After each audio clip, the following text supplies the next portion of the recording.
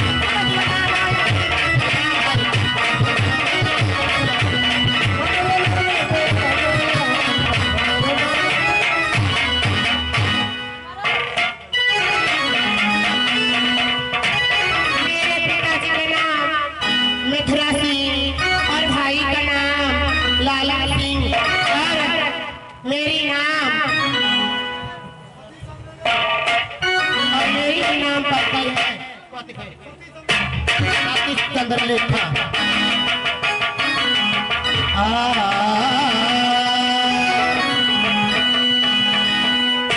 आगे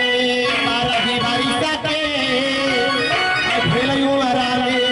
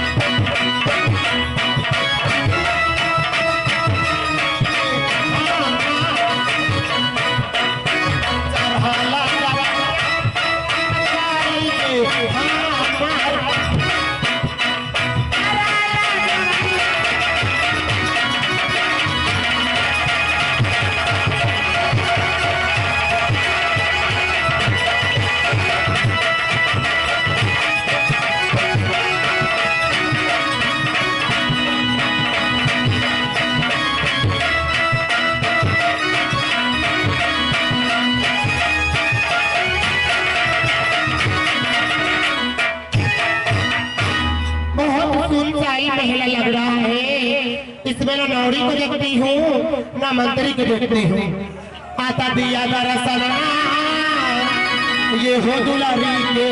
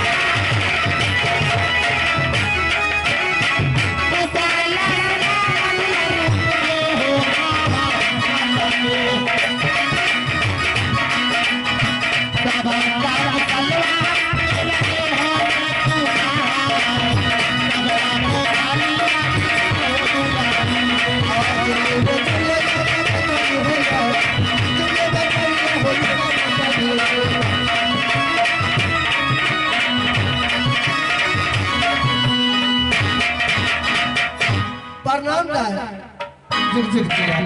चल बाबा बाप रे हम तो आज तक करिए पूछे की हम तब मालिक के कहे छे रोज हम मालिक के कहते रहिए मालिक तोहर बेटी अब धान से चाउर से मुरही बन गला मुरही से मेरा खेला में बिकल अरे कहियो ले ना तोरा फल खुले चल रे अरे हमर चाहल जवानी हम बुझाई रहिए या बुच्ची जवान भ गेले असियाराम घटबार मर गेले क्या एते दिक्कत छे घटबार रहते हूँ फालतू बात नहीं कर बाप बुच्ची के एते दुख नहीं को बुढ़वा का मरला से हमरा बुच्ची के भारी दुख बउआ बुच्ची आप पापा के काइलो कहलिए कि मालिक तोहर बेटी अब जवान भ गेले जल्दी बियाह कर दो मोबाइल के जमाना छै कहीं मोबाइल नंबर से बतियल का कहियो ना हमर बाप बुझै छै अच्छा बुच्ची की कहलो की बोला एगो बीड़ी पी लिया तू नहीं जाने जंबीरी पिए छी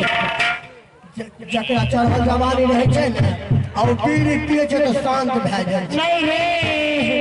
हमरा बर्दाश्त नहीं होय छै रे तो हम की करिए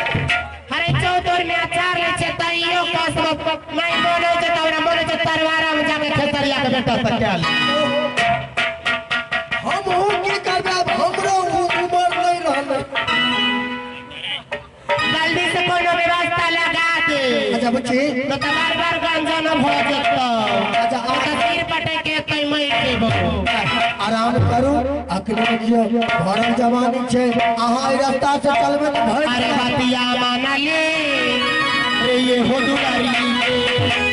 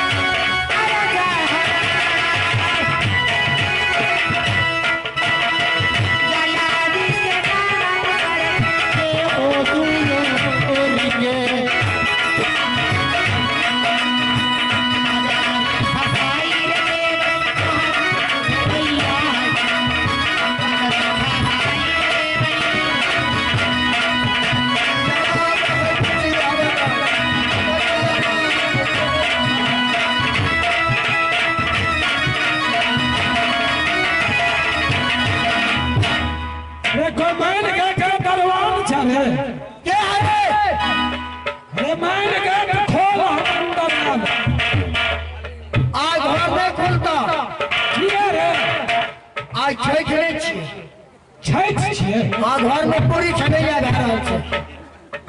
ये तोरी रे आई कोन छै खेले महीना रे ई बनोतरी लगन में देखो 11 के बियाह भए रहल छै 9 के बियाह भए रहल छै 12 के बियाह भए रहल छै तै दुआरे बनोतरी छठ कर रहल छियै रे नहीं खेलबे तो जोर जबरदस्ती माइन के तोड़ देबो